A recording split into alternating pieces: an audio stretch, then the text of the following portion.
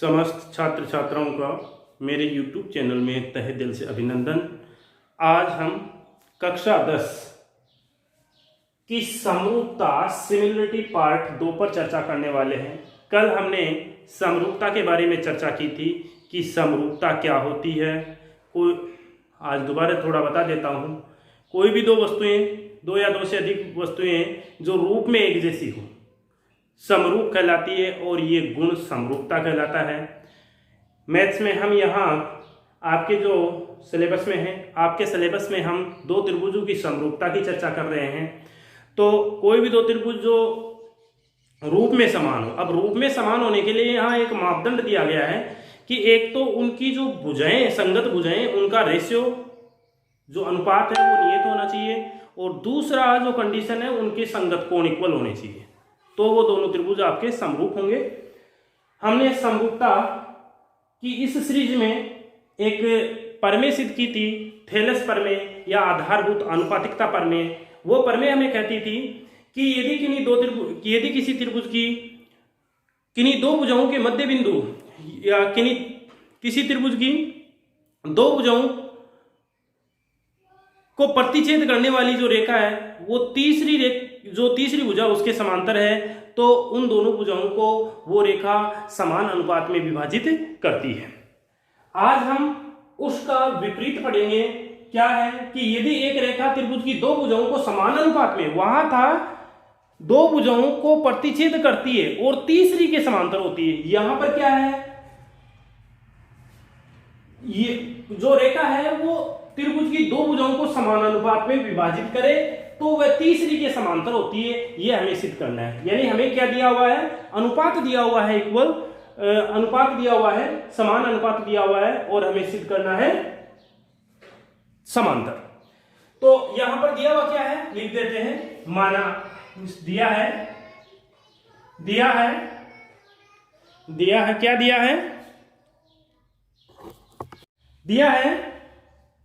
क्या दिया है, रेखा L, एक त्रिभुज बना देता हूं पहले ताकि कोई दिक्कत ना हो आप लोगों के। ये लो त्रिभुज ABC, ये समान अनुपात में डिवाइड कर रही है, यानी ये D और E पर प्रतिच्छेद कर रही है। तो क्या दिया है, एक रेखा L त्रिभुज ABC की भुजा AB व AC को क्रमशः D व E पर प्रतिच्छेद या D व E पर समान अनुपात है ना, तो AD बटा BD बराबर AE बटा EC पर विभाजित करती है। D पर अनुपात में विभाजित करती है। क्या लिखा है, एक कोई रेखा है अपनी, ये इस रेखा को नाम दे दिया L। ये रेखा जो L है, ये रेखा इस त्रिभुज ABC की AB भुजा व AC भुजा को क्रमशः D और E पर इस अनुपात में विभाजित करती है। ये हमें दिया हुआ है। सिद्ध क्या करना है, सिद्ध करना है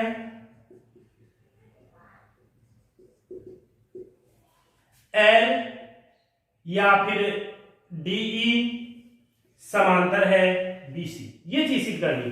या तो आप ये बोल दीजिए कि L समांतर है BC, या फिर ये बोल दीजिए कि L हम किसको बोल रहे हैं, हम रेखा बोल रहे हैं DE को। L रेखा किसको बोल रहे हैं, DE को। तो ये सिद्ध करना है। अब यहां आपको देखो, हम इसका कंट्राडिक्शन लेकर के इसको सिद्ध करेंगे। इसको हम कंट्राडिक्शन लेकर के सिद्ध करेंगे। हम क्या मान के चलेंगे, हम ये मान के चलेंगे कि एक रेखा जो L है, या हम ऐसा बोल देंगे कि ये जो DE है वो BC के समांतर नहीं है। जो DE है वो BC के समांतर नहीं है, ये मान करके चलते हैं। जब ये मान के चलते हैं तो देख ले क्या होता है, यानी हम क्या मान के चल रहे हैं, प्रूफ में ले लेते हैं। चलो, माना क्या DE समांतर नहीं है, DE समांतर नहीं है BC। क्या मान के चल रहे हैं भाई, DE समांतर नहीं है BC, दिखाई तो दे रहा है। DE ये जो है ये BC के समांतर नहीं है, समांतर नहीं है, नहीं है BC। माना एक अन्य रेखा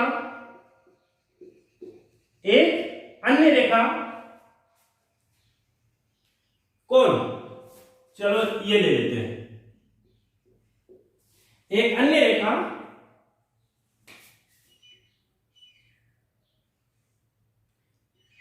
DF, एक अन्य रेखा DF समांतर है BC। देखो मैंने क्या लिखा है, मैंने ये लिखा है, क्या लिखा है कि ये जो DE है ना वो इस BC के समांतर नहीं है। ये कंट्राडिक्शन से करेंगे, विरोधाभास से करेंगे। तो मैंने मान लिया कि ये समांतर, अरे भैया हमें सिद्ध क्या करना है, हमें सिद्ध करना है कि जब ये अनुपात बराबर है, ये अनुपात बराबर है तो इस DE भुजा को BC के समांतर सिद्ध करना है। मैं इसका उल्टा मानता हूं, मैं मानता हूं कि भाई ये समांतर नहीं है, नहीं है तो फिर इसके समांतर कौन है, तो मान लेते हैं DF इसके समांतर है। तो माना DE समांतर नहीं है BC, अतः माना एक अन्य रेखा DF समांतर है BC। ठीक, अब देखिए यहां आपके पास एक चीज है, AD बटा BD बराबर है AE बटा EC। इसको समीकरण 1 दे दीजिए, ये दिया हुआ है आपको, दिया है ना। वह चूंकि यहां से देखिए DF, चूंकि DF समांतर है BC, रचना से, किससे, रचना से। DF समांतर है BC, यानी DF जो है BC के समांतर है। तो यहां से क्या होगा भाई, क्या AD बटा BD बराबर नहीं होगा AF बटा FC। भाई क्यों, आनुपातिकता पढ़ने से, आनुपातिकता पढ़ने से होगा कि नहीं होगा।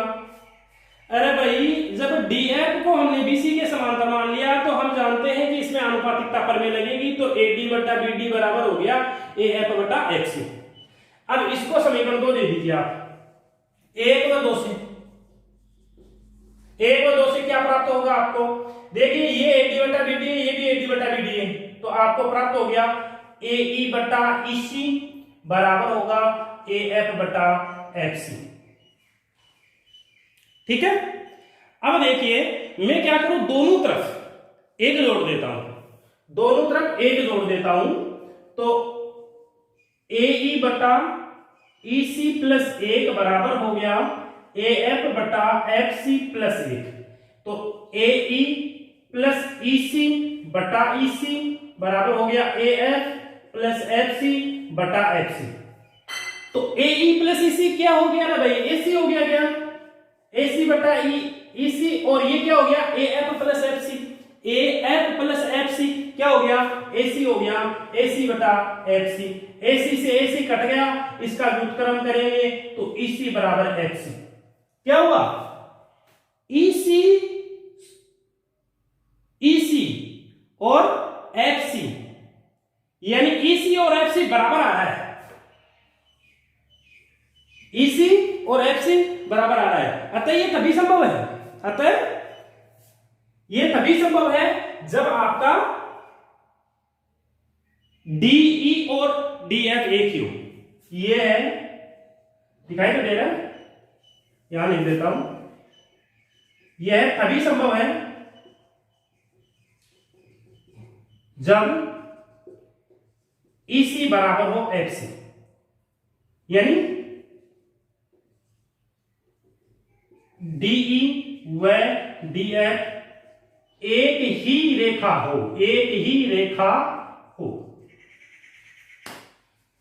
अरे भाई क्या हुआ, आपके पास आ गया EC बराबर FC, यानी ये और ये दूरी बराबर आ गई, ये दोनों दूरियां बराबर आ गई। तो ये कब संभव है? ये तभी संभव है जब आपकी DE और DF एक ही रेखा हो। अतः क्या होगा, एक लाइन लिख दीजिए, अतः DE या L रेखा समांतर है BC के, अतः DE समांतर है BC के। क्यों? क्योंकि आपने यहां लिखा है कि DF समांतर है BC। जब भाई DF BC के समांतर है तो क्या DE BC के समांतर नहीं होगी? तो इस प्रकार से आपका ये विलोम सिद्ध हो जाता है। बहुत ही इजी है, कुछ भी नहीं करना है। सबसे पहले जो दिया हुआ है वहां से लिख दो कि आपके पास एक रेखा L है जो त्रिभुज ABC की AB और AC भुजा को क्रमशः D और E पर इस अनुपात में विभाजित करती है। सिद्ध क्या करना है कि DE समांतर BC आपको सिद्ध करना है। आप इसका विपरीत लेके चलोगे, आप ये मान के चलोगे कि DE BC के समांतर नहीं है। यहां पर एक अन्य रेखा है DF जो BC के समांतर है। तो यहां चूंकि आपके पास ये चीज तो दी हुई है, समीकरण 1 लगा दीजिए। और चूंकि अभी आपने यहां लिखा कि DF समांतर है BC के, तो DF समांतर है BC के, तो अनुपातिकता प्रमेय से आपकी ये बटा ये बराबर ये बटा ये हो जाएगा। तो ये चीज समीकरण 2 दे दीजिए। 1 और 2 को यदि दोनों को मिलाओगे तो देखिए दोनों का लेफ्ट हैंड साइड बराबर है, अतः इनका राइट हैंड साइड भी बराबर होगा। अब देखिए राइट हैंड साइड बराबर कर लिया हमने, दोनों में 1 जोड़ दिया तो ये चीज बन गई। इसका अंश AC बना, इसका अंश भी AC बना, AC से AC कट गया तो EC बराबर FC आ गया। यानी ये EC और FC दोनों दूरियां बराबर है। अब जब दोनों दूरियां बराबर है तो ये तो तभी संभव है जब दोनों रेखा एक ही रेखा हो, अर्थात DE और DF एक ही रेखा होगी। अब जब आप कह रहे हो कि DF BC के समांतर है और साथ में कह रहे हो कि D और DF दोनों बराबर है, तो DE BC के समांतर हो जाएगी। ठीक है, तो आगे बढ़ते हैं, आगे का जो उदाहरण है वो लेते हैं। तो आपके 2 एग्जाम्पल पहले हो चुके हैं, जो सिमिलरिटी पार्ट फर्स्ट था उसमें। तीसरा एग्जाम्पल आपकी पाठ्य पुस्तक का है कि ABCD एक समलंब चतुर्भुज है जिसमें AB और CD समांतर है। AD व BC पर क्रमशः E व F इस प्रकार से स्थित है कि EF समांतर AB। तो सिद्ध कीजिए कि AE बटा ED बराबर BF बटा FC। बहुत ही सिंपल सी बात है। देखिए हमें यहाँ क्या करना है, सर्वप्रथम ABCD एक समलंब चतुर्भुज लेना है। तो चलो मैं ले लेता हूं। समलंब चतुर्भुज आप जानते हो किसे कहते हैं? समलंब चतुर्भुज। समलंब चतुर्भुज उस चतुर्भुज को कहते हैं जिसमें भुजाओं का एक जोड़ा समांतर होता है। समलंब चतुर्भुज किसे कहते हैं? समलंब चतुर्भुज उस चतुर्भुज को कहेंगे जिसमें भुजाओं का एक जोड़ा समांतर हो। तो यहां पर आपको दे रखा है कि AB और CD समांतर है, तो AB इसको दे दूं, CD इसको दे दूं, यानी ये दोनों रेखाएं समांतर है। फिर क्या कह रहा है कि AD और BC पर, AD वही ये रही, इस जगह एक अन्य बिंदु है, कौन है? AD पर E स्थित है और इस जगह कौन स्थित है? F स्थित है। किस पर? BC पर। अगला बोल रहा है कि AD पर E स्थित है, BC पर F स्थित है। तो ये लो, अब इस प्रकार स्थित है कि EF यानी EF बना दो। ये लो साहब, EF समांतर AB यानी EF AB के समांतर है। ठीक है, तो अब जो चीज आपके पास यहां गिवन है वो लिख दीजिए। दिया है, क्या दिया भाई? आपको यहां दिया है कि ABCD एक समलंब चतुर्भुज है। दिया है ABCD एक समलंब चतुर्भुज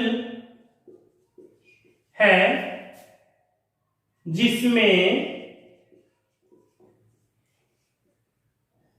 AB समांतर BC व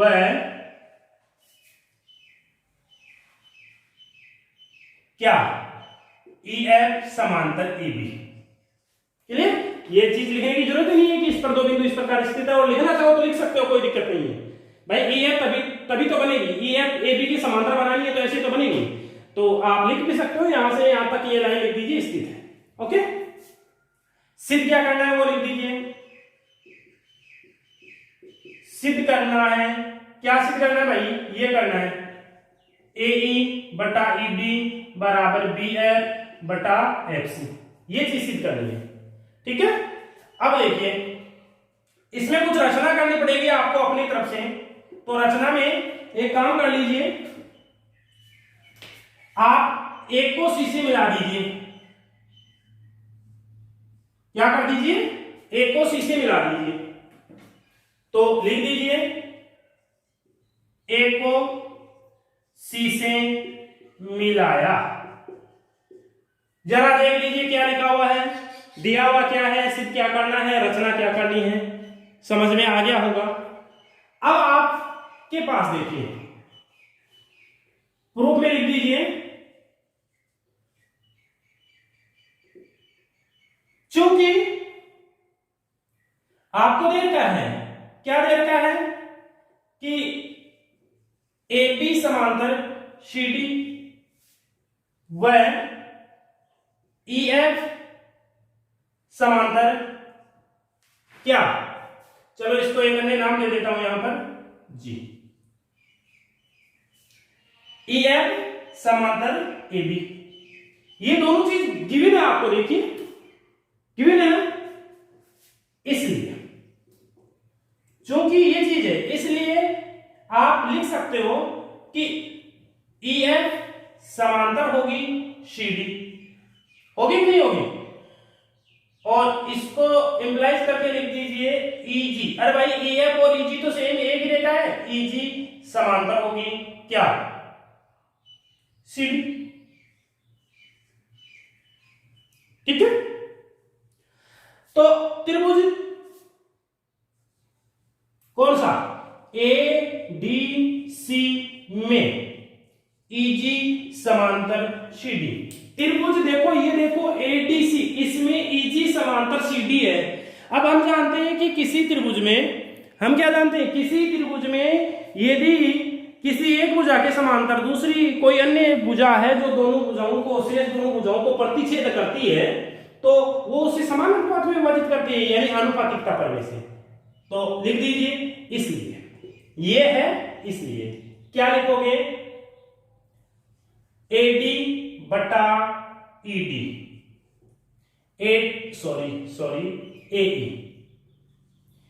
AE बटा ED बराबर AG बटा GC। आनुपातिकता समीकरण एक लगा दो और इसका कारण लिख दो आनुपातिकता प्रमेय से, आनुपातिकता प्रमेय से। क्लियर? अरे हो गया, कोई डाउट नहीं होनी चाहिए भाई ये त्रिभुज है, इस त्रिभुज में ये भुजा इसके समांतर है, तो ये भुजा जो है वो इसको समान अनुपात में विभाजित करेगी कि नहीं, आनुपातिकता प्रमेय यही कहती है। इसको समीकरण एक लगा दिया। पुनः देखिए आप, पुनः देखिए इधर एक ट्रायंगल और बन रहा है, इस पे देखिए, चूंकि त्रिभुज ABC में देखो, ABC में क्या GF भाई आपको ये तो गिवन है कि EF समांतर AB, तो क्या GF समांतर नहीं है AB, तो लिख दीजिए GF समांतर है AB। इसलिए आनुपातिकता प्रमेय से क्या हो जाएगा, AG बटा GC बराबर होगा BF बटा CF। समीकरण 2 वही आनुपातिकता प्रमेय से, वही आनुपातिकता प्रमेय से हो जाएगा। अब भैया समीकरण 1 और 2 में देखिए, एक का जो राइट हैंड साइड है और 2 का जो लेफ्ट हैंड साइड है उसको देखिए क्या इक्वल है, तो यहां लिख दीजिए 1 व 2 से, 1 व 2 से क्या होगा, AE बटा ED बराबर होगा BF बटा CF। क्या सिद्ध करना है भाई, AE बटा ED BF बटा FC, ये हो गया सिद्ध, इति सिद्धम एंड ट्रू।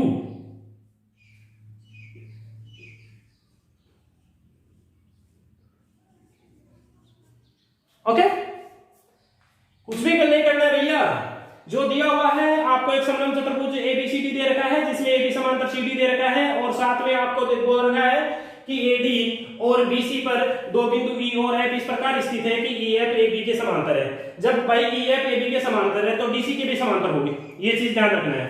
अब हम इस त्रिभुज को उठा के देखते हैं। इस त्रिभुज में चूंकि हमने अभी बोला है कि ये दोनों आपस में समांतर हो, तो ये दोनों समांतर होगी तो इस त्रिभुज में अनुपातिकता प्रमेय लगा दो और इसमें ये इसके समांतर होगी, इसमें अनुपातिकता प्रमेय लगा दो।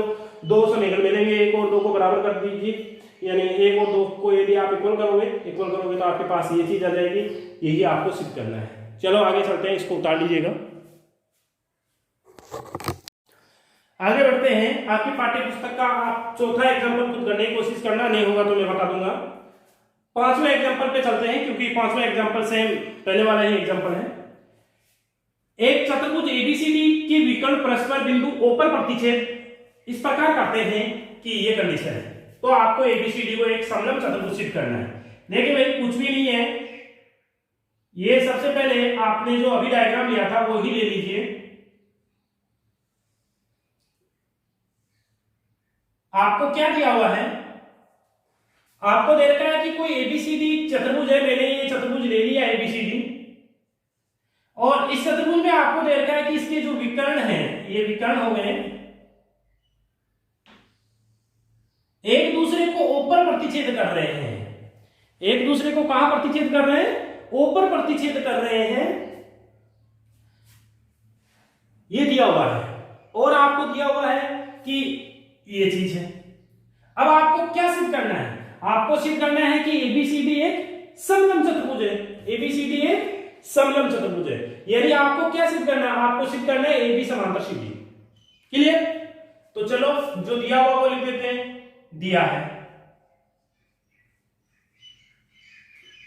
क्या दिया है? चतुर्भुज एबीसीडी के विकर्ण O पर इस प्रकार प्रतिच्छेद करते हैं कि ओ ए बटा बी ओ बराबर है सी ओ बटा डी ओ। ठीक, सिद्ध क्या करना है? सिद्ध करना है एबीसीडी समलंब चतुर्भुज है, यानी एबी समांतर सीडी, ये चीज सिद्ध करनी। ठीक है, अब रचना में यहां लिखना पड़ेगा, आपको रचना करनी पड़ेगी। तो रचना में आप क्या करो, ओ ई समांतर या ओ ई समांतर ए बी कर देते हैं, एक भुजा को कोई इक्वल कर देते हैं तो ओ ई समांतर ए बी कर देते हैं, ओ ई समांतर ए बी। ये हमने रचना की है, ये हमने क्या की है? रचना की है। ये लो, क्या रचना की है? ओ ई समांतर ए बी खींची। ठीक, अब आगे बढ़ते हैं। चूंकि देखिए मैं त्रिभुज सबसे पहले प्रूफ में चलते हैं। प्रूफ में जो चीज आपके पास है वो तो लिख दीजिए। चूंकि आपको दे रखा है ए ओ बटा बी ओ बराबर है सी ओ बटा डी ओ, ये दिया है, दिया है तो यहां से ए ओ बटा सी ओ कर दीजिए, सी ओ को नीचे ले आइए, बी ओ को इधर ले जाइए, डी ओ। इसको समीकरण 1 लगा दीजिए, इसको समीकरण 1 लगा दीजिए। अब आगे बढ़ते हैं। आप ट्रायंगल देखिए, आपका त्रिभुज ए बी सी में, एबीसी में क्या है? में ओ ई समांतर ए बी। क्यों है भाई? रचना से। किससे? रचना से। तो लिखते हैं फिर अनुपातिकता प्रमेय से, ए ओ यानी देखिए ए ओ बटा सी ओ। अरे इस त्रिभुज में यदि अनुपातिकता प्रमेय लगाएंगे तो ए ओ बटा सी ओ बराबर क्या हो जाएगा? बीई बटा ई सी या सीई समीकरण 2। 1 व 2 से देखो, 1 व 2 से क्या होगा? देखो ये कह रहा है कि AO बटा CO, ये भी कह रहा है AO बटा CO, तो दोनों से क्या होगा, BO बटा DO बराबर होगा BE बटा EC। क्या हमारे भाई, देखना ढंग से देखना, BO कहां है, BO ये रहा, DO क्या है, ये रहा, ठीक ठीक। फिर क्या है, BE ये रहा और EC ये रहा। कहने का मतलब ये चीज आ रही है, इसलिए त्रिभुज BCD क्या है, BCD में, त्रिभुज BCD में,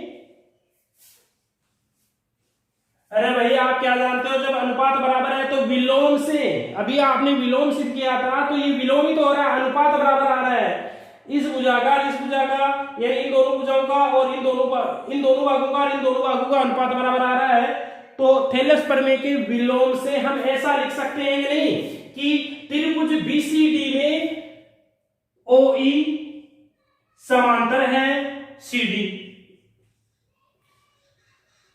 विलोम आनुपातिकता प्रमेय से लिख सकते हैं। तो जब OE आपका CD के समांतर, अब देखिए चूंकि लिख देता हूं यहां, चूंकि OE समांतर CD व OE समांतर AB, ये तो आपने सिद्ध कर दिया देखो यहां से विलोम अनुपातिकता प्रमेय से, और ये आपका रचना से। तो OE जो है वो CD और AB के दोनों के समांतर है, इसलिए AB समांतर होगा अग्नि CD, अतः ABCD एक समलंब चतुर्भुज है। क्लियर, बस इतना सा है, सिंपल है। अब आपको आगे जो एक्सरसाइज है, एक्सरसाइज में जो तीसरा क्वेश्चन है इसको आप खुद करने की कोशिश करना, तो आगे जितने क्वेश्चन हो कर लेना, और जो नहीं हो मैं बता दूंगा, वैसे सभी क्वेश्चन बता दूंगा। आज इस वीडियो में इतना ही पढ़ेंगे। Thank you.